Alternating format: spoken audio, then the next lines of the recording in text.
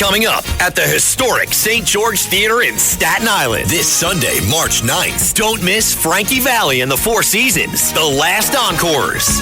Friday, April 11th, Grammy Award-winning jazz trumpeter Chris Bodie. Saturday, May 10th, it's a night of legendary hits with Darlene Love and the Spinners. 3 unforgettable nights of music. Tickets on sale now at Ticketmaster.com or the St. George Theater box office. Just 2 blocks from the Staten Island Ferry.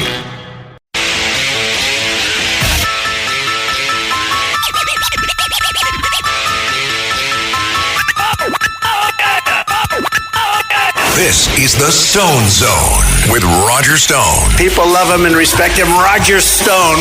Now, get in the zone. It's the Stone Zone. Here's Roger Stone. This is Roger Stone, and you're entering the Stone Zone here on the Red Apple Audio Networks. Donald Trump addressed the Congress last night for the first time since reclaiming the presidency. Trump is a colossus. He is a force of nature. As I watched him speak last night, I couldn't help but marvel about the greatest single political comeback in American history. But I believe America is back because Donald Trump is back. I first met Donald Trump in 1979 when I was sent to New York to organize Governor Ronald Reagan's successful campaign for the presidency, where he swept every delegate in New York State, split the Connecticut delegates 50-50 with Connecticut native George H.W. Bush, as well as sweeping the New Jersey delegates in that contest. I saw almost immediately that Donald Trump had the size, I don't mean the physical size, but the stature, the independence, the courage, the stamina, and the strength to be not just a great presidential candidate, but a truly great president. In 2000, his fellow billionaire Ross Perot, who had run a relatively strong race as a Reform Party independent candidate in both 1992 and 1996, and Minnesota Governor Jesse Ventura, the former professional wrestler who had been elected as a Reform Party candidate of that state in an upset, both urged Donald Trump to consider a race for the presidency. Most in the mainstream fake news media of the day thought it was a publicity stunt or just Trump burnishing his brand, but in fact, he spent substantial time thinking about and traveling, exploring an independent Reform Party candidacy for president.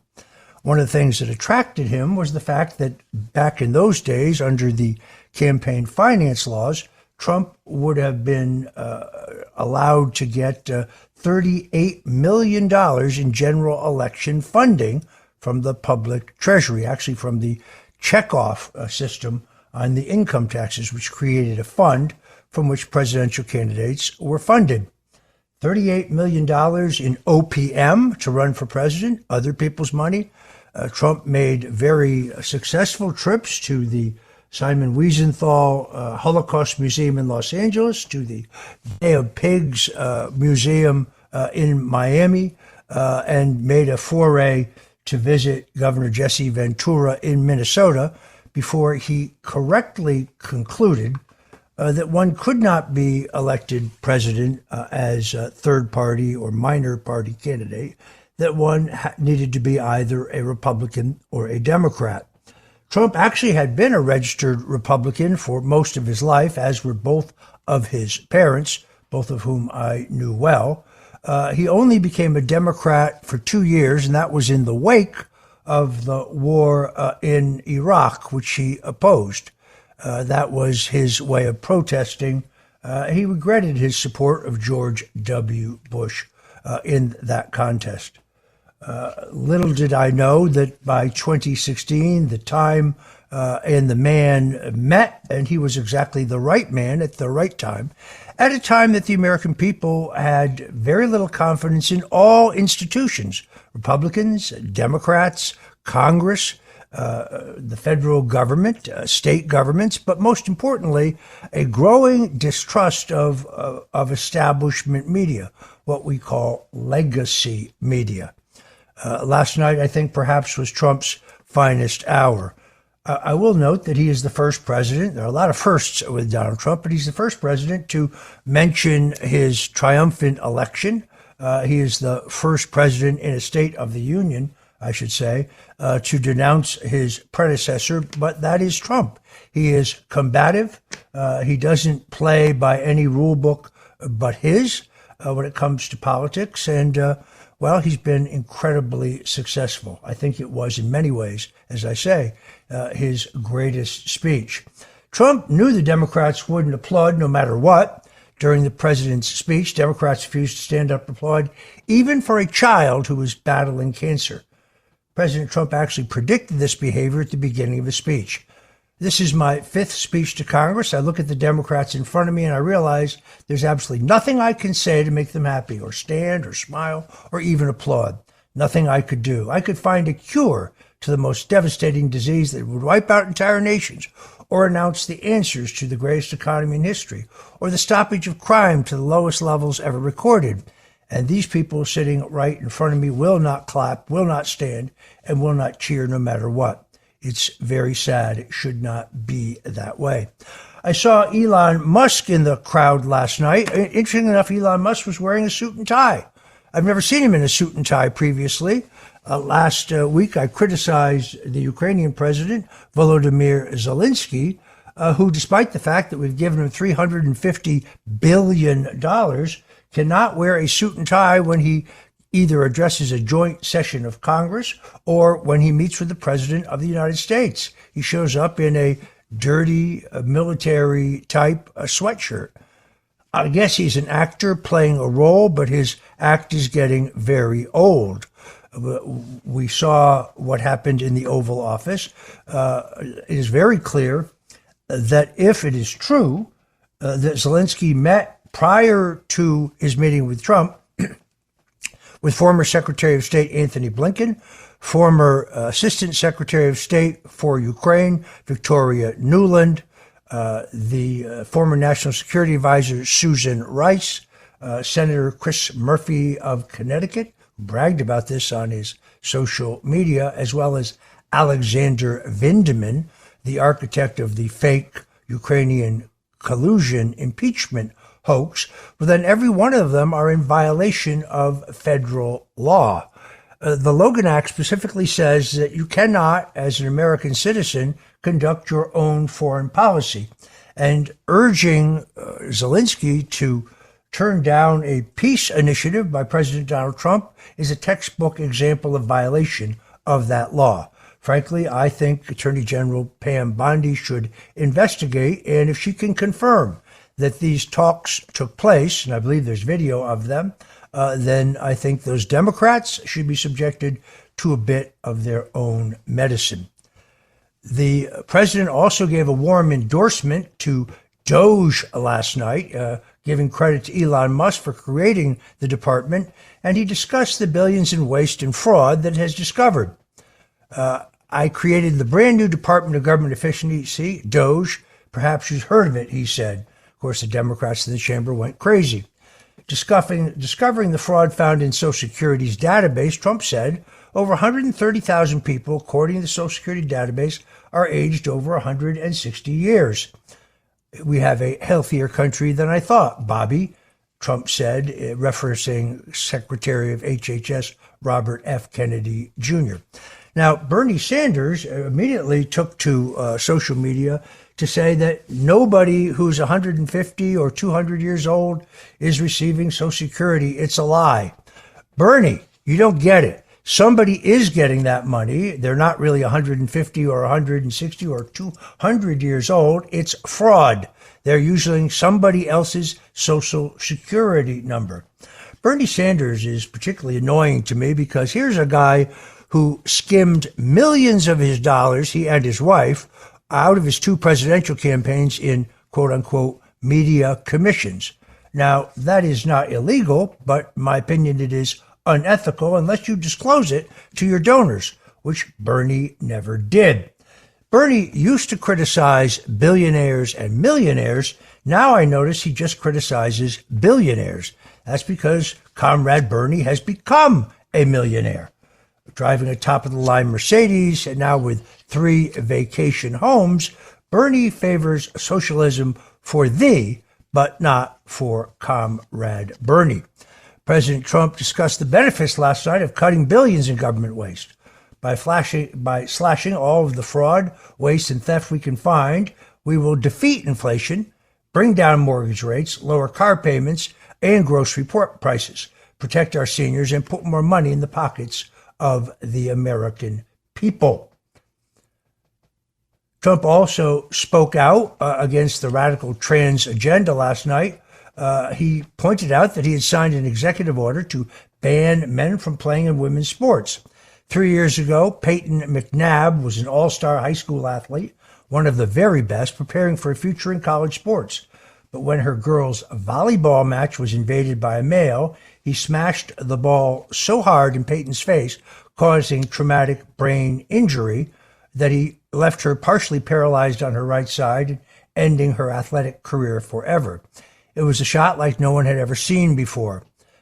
Peyton was in the gallery last night, and she was widely applauded by the Republicans. The Democrats sat on their hands.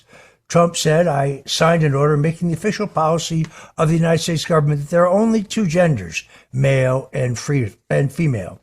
Trump then called on Congress to take action. Now I want Congress to pass a bill permanently banning and criminalizing sex changes on children and forever ending the lie that any child is trapped in the wrong body. Our message to every child in America is that you are perfect exactly the way God made you. We're going to talk about that tsunami of lawfare later on in the show when Sam Antar, who is an investigator of white-collar fraud, joins us. But in the meantime, you're in the Stone Zone. We've got a lot more, so whatever you do, please don't touch that dial.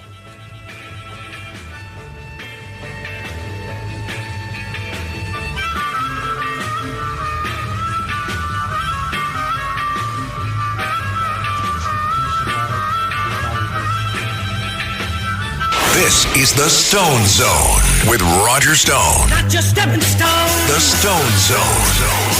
Not just stepping stone.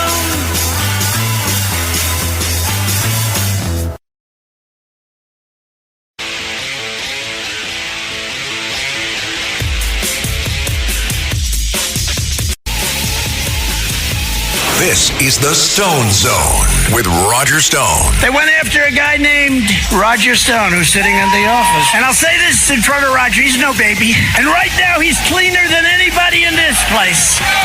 No, they treated him very unfairly. Now, get him his own. The Stone Zone. Here's Roger Stone. And we're back. Congressman Brandon Gill of Texas introduced a bill to put President Donald Trump on the $100 bill. I love this. He's calling it the Golden Age on the bill, saying, let's make history. For some years, Democrats pushed to replace one of our greatest presidents. The president most often, by the way, compared to populist Donald Trump, and replace him on the $20 bill with Harriet Tubman. Not taking anything away from Tubman, but I think Andrew Jackson should stay on the $20 bill. I'd like to see President Eisenhower, used to be on a silver coin, on a dollar bill. He was one of the greatest presidents in my lifetime. We had unprecedented peace and prosperity under Ike, and he tried to warn us about the deep state, except for he called it the military-industrial complex, and pointed out that we should be careful about the accumulated power of unelected bureaucrats who were in government, as well as in the defense contractors, in the think tanks, and in the media. Eisenhower was exactly right. Today we call it the deep state. It is noted by Congressman Gill when he said President Trump is far more a crucial character in American history than any other person being considered to be put on our currency. This sounds like a great idea to me. I love the idea of Donald Trump on the $100 bill. President Trump also announced in his speech that illegal border crossings are now at a record low, not down 93% from the day he took office. Within hours of taking office, he said, I declared a national emergency on our southern border, and I deployed the U.S. military and Border Patrol to repel the invasion of our country. And what a job they've done, the president said. As a result, illegal border crossings last month are down by the lowest level ever recorded. President Trump also honored the memory of Laken Riley. You remember her? She's the woman tragically killed by an illegal. He noted the very first bill he signed into law as our 47th president mandated the detention of all dangerous criminal aliens who threaten public safety. This was correctly called a very strong and powerful act by President Trump, and he paid homage to Laken Hope Riley. The Democrats didn't cheer for that either. President Donald Trump has also announced that he secured new investments into America. The president announced that since his election, he has secured over $1 trillion in new investments. Thanks to the president's First America policies, he said that we're putting $1.7 trillion in new investments into America in just the last few weeks. The combination of Trump's election and his new economic policies that are going over extremely well with the American people, according to the polling. SoftBank, one of the largest banks in the world, announced a $200 billion investment. Apple announced a $500 billion investment. It is also interesting that a Taiwan semiconductor said that they were doing a $165 billion investment to begin building powerful chips on the most powerful chips on Earth right here in the USA. So to further boost the economy, Trump announced his plans for slashing bureaucratic red tape. He said he would unshackle our economy, and he has directed, said this in last night's speech, that for every new regulation, 10 old regulations must be repealed and eliminated. This is the Donald Trump I know and love. The president spoke about Ukraine last night. We talked about it earlier in the show. The president is committed to peace. His enemies who revel in the money laundering, the skim, and the child sex trafficking, of which Ukraine has been a centerpiece, have vowed to oppose him. This is going to be something we cover a lot here on the Stone Zone. But coming up, Sam Antar joins us. He is a white-collar crime and fraud investigator, and he's learned some shocking things about New York Attorney General Letitia James. It's all coming up here in the Stone Zone, so please, whatever you do, don't touch that dial.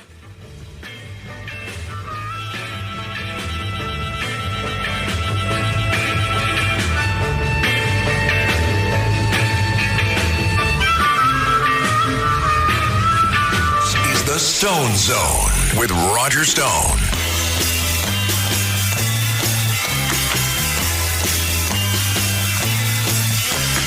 I'm not your stepping stone.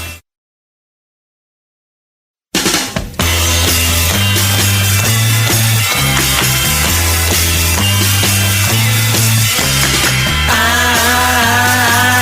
not your stepping stone. This is the Stone Zone. Now, get in the zone. It's the Stone Zone. Here's Roger Stone.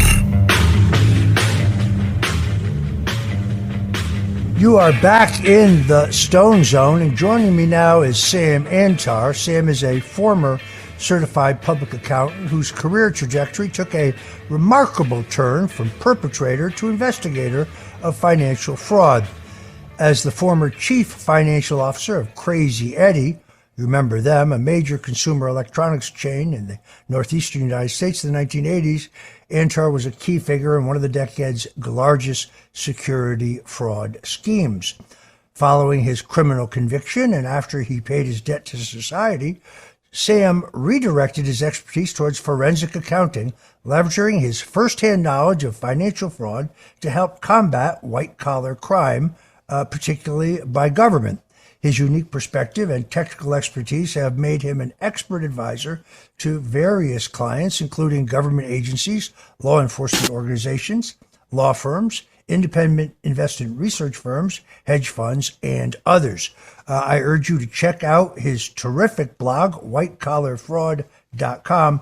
Sam Antar has been studying the public filings and financial disclosures of New York Attorney General Letitia James, and he joins us now.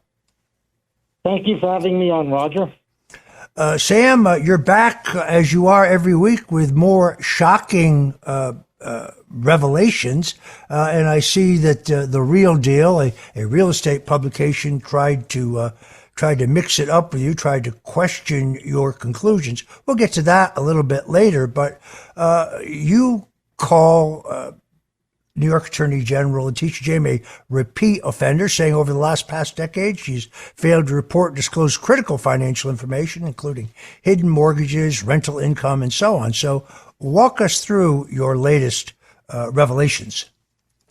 Well, the problem with Tish James is every time I think I got to the bottom of it, I find a new bottom.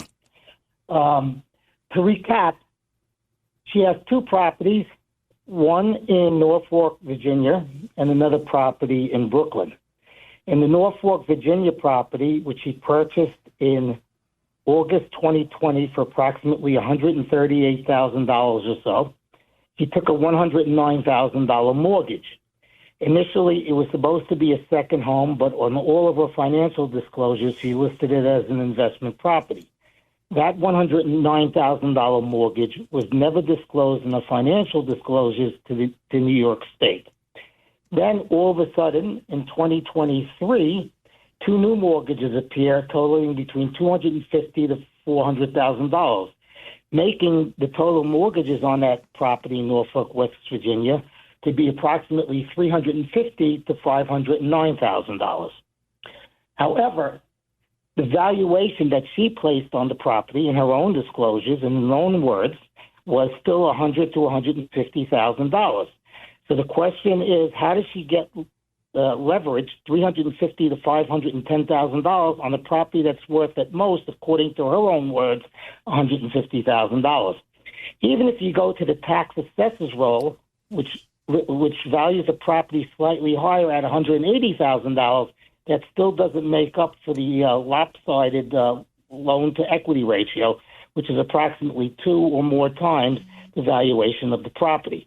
The other item is those two mortgages that she made on her Virginia property show up in her financial disclosures, unlike the $109,000 loan that's when she purchased the home, but they don't show up on her property records. So you have one loan when she bought the property for $109,000 to OVM Financial. That shows up on that shows up on her property records. It doesn't show up on her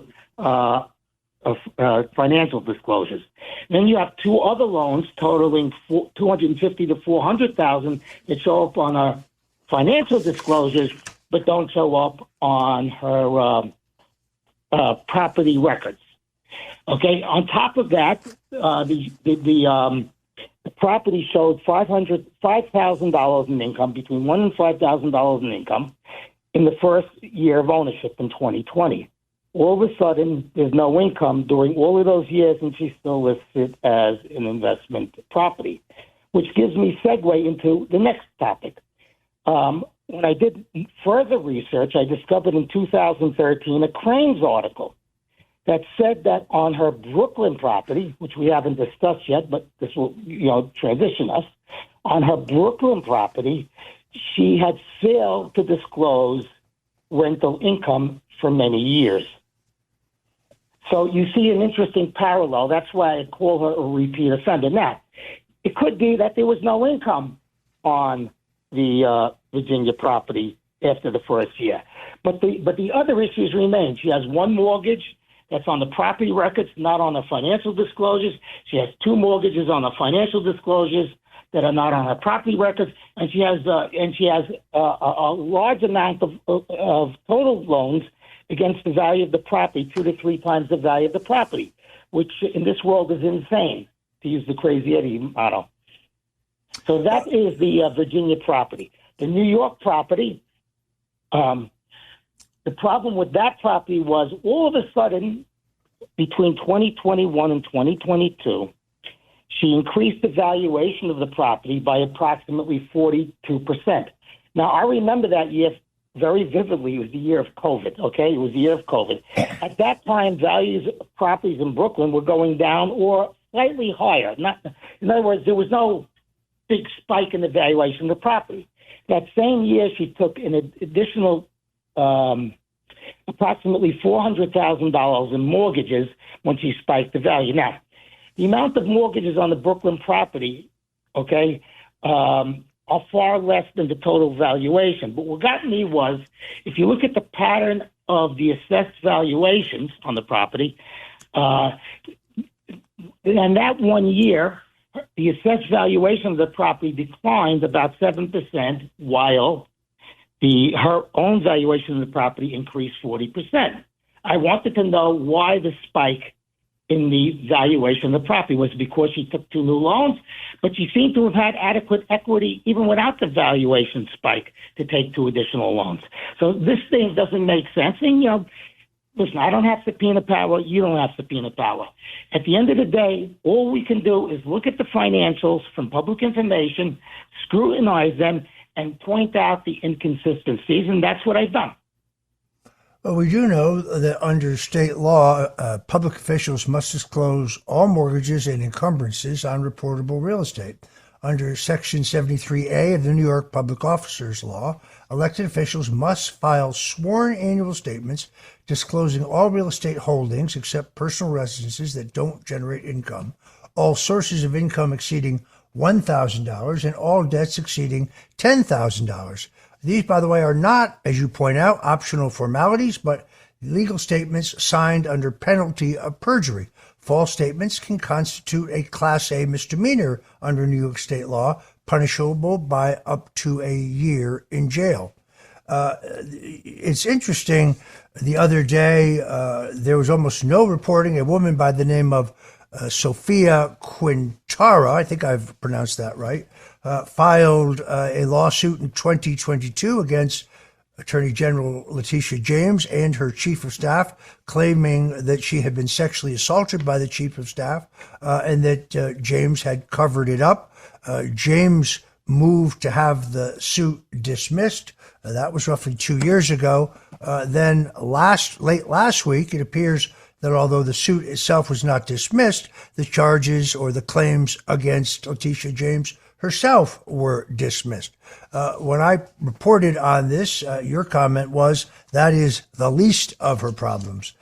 Sam, you looked into Letitia James' campaign finance filings. You found other questionable things. Talk to us about that. $5,000. I'm sorry, I spoke over you. I apologize. No. $5,000 in change last summer she spent on cab rides in Martha Vineyard. I mean, why not just rent a goddamn car, for that matter? You don't need $5,000 for for cab rides? I don't spend that in a year, and I live in New York, and I don't even own a car. I mean, that was irregularity number one. In prior years, she spent a lot of time in Martha's Vineyard, and she even invited her staff there for a retreat. Now, that was on campaign money, not taxpayer money. But it just shows you the pattern of lavish spending and irresponsible spending that she's doing. Technically speaking, you're not allowed to use campaign funds for personal purposes. That creates a taxable event that requires income to be reported. Okay? Again, I don't have access to her tax returns, but those better be on her tax returns. Anything that's deemed to be a personal expense that she spent her campaign money on is a taxable event. And, of course, there's the campaign financing laws that she may have violated. There's all kinds of stuff. But the big point is her whole financial history is one big muck. There's nothing. It's just a pile of shit, to put it bluntly, in New Yorker language. Well, remember her own words. She said, no one is above the law, and the rule of law must apply equally to everyone. I think it's time, as you say, to ask, does it really apply to her? The The investigator, Chris Gleason, has done an excellent job investigating the contributions that flowed to her campaign for Attorney General through the Democrat payment processing company ActBlue. Now, it's interesting that on ActBlue, during this period of fundraising, they turned off the function where an individual can make a contribution without matching the credit card number with the billing address. What Gleason and his team of investigators have done is to visit individual donors working off the campaign finance records to confirm that they gave to Letitia James not once, not twice, but in some cases as many as 10, 12, 15 times in a pattern of donations. About 60% of those who have been willing to submit to interviews say that they never heard of Letitia James and they made no campaign contribution to her campaign. There are 19 attorney generals already investigating this because it not only affected her campaign, but those of Senator Raphael Warnock of Georgia, Congresswoman Val Demings of Florida, who raised $37 million for her race against incumbent Marco Rubio, now your Secretary of State. There's a troubling pattern of fraud here. This is money laundering into the campaign of Democrat candidates, including Letitia James. Ultimately, there will be a full report of this. We'll see if the New York Post, who did not cover the story last week about the dismissal of charges against James in the sexual assault matter, covers this matter. Folks, you're listening to Roger Stone here in the Stone Zone on the Red Apple Audio Networks. We're talking to Sam Antar, a white-collar crime and fraud investigator, and we'll be right back.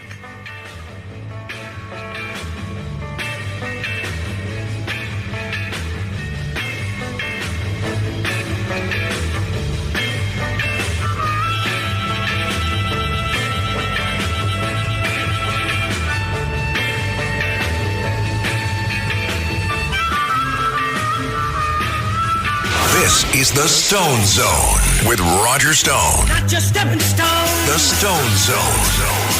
Not just stepping stone.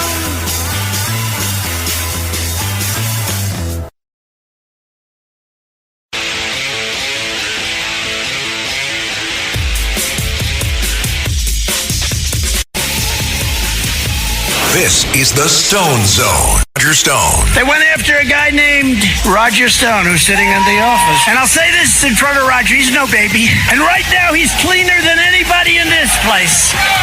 No, they treated him very unfairly. Now, get in the zone. It's the Stone Zone. Here's Roger Stone. And we're back. Our guest is Sam Antar, the former Crazy Eddie CFO turned forensic accountant. After his metamorphosis from Wall Street criminal to fraud investigator, he runs a website, whitecollarfraud.com. I commend it to you. It is meticulously researched and most illuminating. Sam, you had a comment regarding the lawsuit regarding sexual assault that was dismissed in some cases last week. Yes, with my limited knowledge of jailhouse law, because I was a jailhouse lawyer, so to speak, just kidding. When a case is brought, the defendants generally file what's known as a motion to dismiss, saying that even if I did everything that you said I did, right, it still doesn't violate the law. So it's basically the case was dismissed on the technicality of the law. That doesn't mean that the allegations against her are untrue. Okay, that would come out in discovery. Okay, actually, you have to testify in depositions or a trial, and the case can always be amended to bring it back into the case based upon that subsequent information. So she is not out of the woods, and that does not exonerate her. It just means that that case against her on the technicalities of the law doesn't apply. It's still amazing to me when this lawsuit was first filed. There's very scant coverage of it in the New York media. Now, Such coverage should certainly have included the Attorney General's denials or any statement she wants to make, but the media blackout about this is really quite extraordinary. It's a case I'm going to be watching very carefully. Sam, when you came out with your most recent revelations regarding Attorney General Letitia James, a real estate publication, The Real Deal, really published an attack on you. It seemed to me they were just running cover for Tish. A piece by Eric Enquist really went after you, but because you are who you are, you pushed back. Tell us about this. Well, my policy is to push back because I don't take from no one, excuse the language. They wrote an article that totally mischaracterized what I was saying in my reporting. They didn't contact me beforehand. They didn't let me know that an article was coming. They didn't give me a chance to explain. All they did was they claimed that what the research they'd done was that Tish James evaded real estate taxes, which is not the case. They also complained that I didn't know the law of real estate taxes in New York, that assessments don't always follow market values, and that the market values attributed to properties by the property tax department doesn't follow market values in the general market. All kinds of stuff. But the matter of the thing is, my research was about Tish James violating laws pertaining to her, it was Section 73A, laws pertaining to her personal finances and the proper disclosures, okay? Whether I referenced the assessed value has no bearing on the total argument that I'm making. So what they basically did, they made this straw man argument claiming that I was talking about real estate taxes, where that was just a small part of an overall equation relating to the entire story. And then they called me a fraudster. Yes, I was a fraudster, but I'm not a fraudster now. And attacks like that don't go unpunished. So I went back after them. And I went line by line in my blog, and I detailed what they said that was wrong, and I rebutted every single word that they had to say. If they want to run interference with Tish James, shame on them. It shows that they're not a media outlet. It shows they're just a bunch of cronies who only care about access to power rather than challenging power, what the media is supposed to do. Yeah, I must say you posted a very, very line-by-line detailed rebuttal to this piece. This piece is what is known in politics as a contract. This was a contract. Letitia James, I think, is... contract, Joey. Yeah, Letitia James, I think the AG, she's running scared. She's being sued by the federal government, she and Governor Hochul, for their unwillingness to cooperate in federal law when it comes to the deportation of illegal immigrants. She finds people digging into not only her city campaign financing, where I suspect she may have done the same thing Mayor Eric Adams is accused of, which is to say, taking straw donors whose money is really not theirs and running it through the city's 8-to-1 campaign finance matching fund. We shall see. Also, we're digging in deep, investigators, on her financing of her campaign for Attorney General. Let me thank our guest, Sam Antar. He has a great blog at, let me get this exactly right. It is whitecollarfraud.com, whitecollarfraud.com. Folks, check it out. Sam Antar is the real deal, and he backs up everything he says. We're happy to have had him today in the Stone Zone. Until tomorrow, God bless you and Godspeed.